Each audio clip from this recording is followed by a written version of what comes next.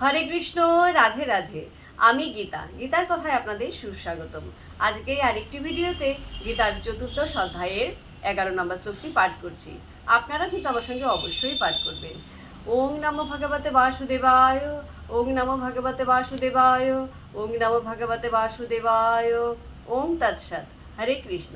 শ্লোকটি আমার সঙ্গে উচ্চারণ করবেন।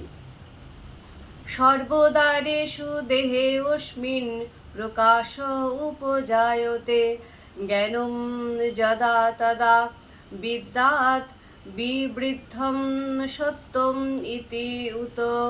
অনুবাদ: যখন এই দেহের সবকটি দ্বারে জ্ঞানের প্রকাশ হয় তখন সত্যগুণ বর্ধিত হয়েছে বলে জানবে। তাৎপর্যে কি বলেছেন? দেহে 9টি দ্বার রয়েছে, 2টি চক্ষু, 2টি কর্ণ, 2টি নাসারন্ধ্র, মুখ, উপস্থ ও পায়ু। যখন প্রতিটি দ্বারে সত্যগুণের বিকাশ হয় তখন বুঝতে হবে যে সেই মানুষ সত্যগুণে অধিষ্ঠিত হয়েছেন।